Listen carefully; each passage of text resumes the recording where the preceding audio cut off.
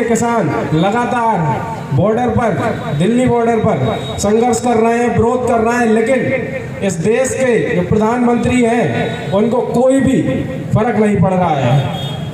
बंगाल में अभी मैं 2 दिन पहले ही न्यूज़ चैनल देख रहा था, तो बंगाल में वहाँ पे चुनाव है, तो चुनाव में वहाँ पे भारतीय जनता पार्टी बड़ा ढोंग रचा रही है कि प्रत्येक किसान के घर से एक मुट्ठी चावल लेंगे और एक बहुत बड़ा कृषि भोज का आयोजन करेंगे। जबकि आज हमारे देश का किसान हमारे दिल्ली बॉर्डर पे लगा हुआ है और एक तरफ भारतीय जनता पार्टी के लोग ये ढोंग कर रहे हैं। और हमारे देश के प्रधानमंत्री की बात करें तो मैं मानता हूं कि हमारे देश के प्रधानमंत्री से अभिनेता पूरी फिल्म इंडस्ट्रीज में कहीं नहीं है, क्योंकि आप देखिए आज रवींद्रनाथ टैगोर जी तो हमारे देश के बहुत ही हमें बहुत मानते हैं, क्योंकि बंगाल का चुनाव आ गया तो हमारे देश के प्रधानमंत्री आज उनकी वेशभूषा बना लिए। आज देश के किसान अपने हक की लड़ाई लड़ रहे हैं। पंजाब, हरियाणा के किसान जागरूक हैं, ये चीज़ समझ चुके हैं, लेकिन हमारे यहाँ के किसान, कुछ किसान जो जागरूक हैं वो इस चीज़ को बखूबी समझ रहे हैं और बाकी के जो किसान हैं वो इस चीज़ को समझ नहीं पा रहे हैं। क्योंकि आज एक और विडंबना हो चुकी है कि हर घर में एक नेता हो चुका है और भारतीय जनता पार्टी की नीति रही है कि युवाओं से लेकर हर वर्ग को भ्रमित किया जा रहा है। और आज जब वो लोगों ने भारतीय जनता पार्टी की सदस्यता ले ली तो अब वो इस चीज़ का विरोध कैसे करें।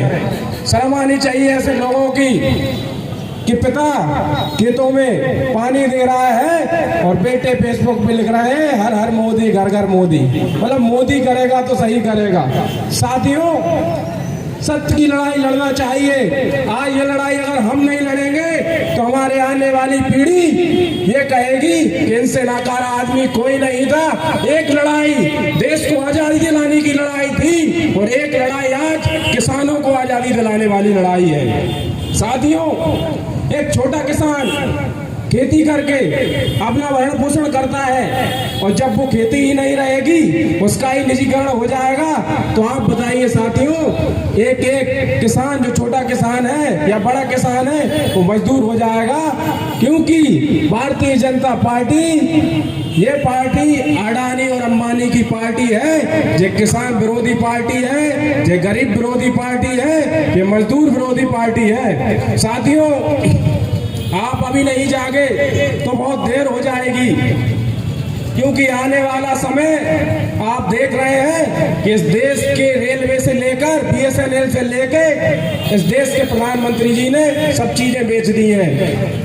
और आगे चल के तो मुझे लगता है कि आपकी कृषि तो बेचने वाले हैं ही, आगे चल के आपके घरों को बेच देंगे। साथियों, ये लड़ाई आपकी लड़ाई नहीं है, ये लड़ाई उस अन्नदाता की लड़ाई है जो किसानी करके ठंडों में अपने खेतों में पानी देके आपको अन्न बेचता है। और आप सभी लोग आज उनकी लड़ाई में शामिल नहीं हुए तो फिर क्या फायदा जब आप अन्नदाताओं के साथ नहीं होते।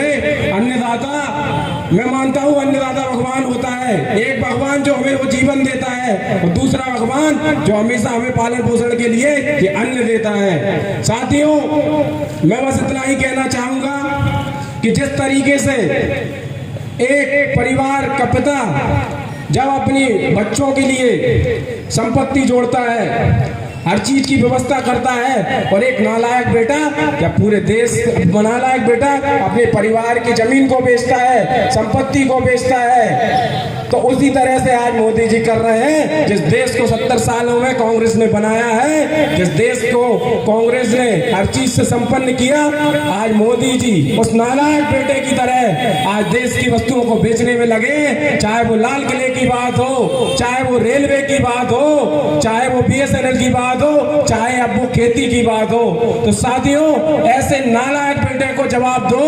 और साथियों, मेरा आपसे निवेदन है कि जितना हो सके किसानों की आवाज को मजबूत करें। किसान हमारा अन्नदाता है, किसान हमारा भगवान है। तो साथियों, हमें ये लड़ाई मिलकर किसानों के लिए लड़ना है। और आज इसी संबंध में कांग्रेस पार्टी आप सभी के बीच इस धरना प्रदर्शन में बैठी है। मेरा आपसे निवेदन है कि ज्यादा से ज्यादा सहयोग करें। धन्यवाद। जय हिंद, जय कांग्रेस, जय जवान, जय जवान, धन्यवाद।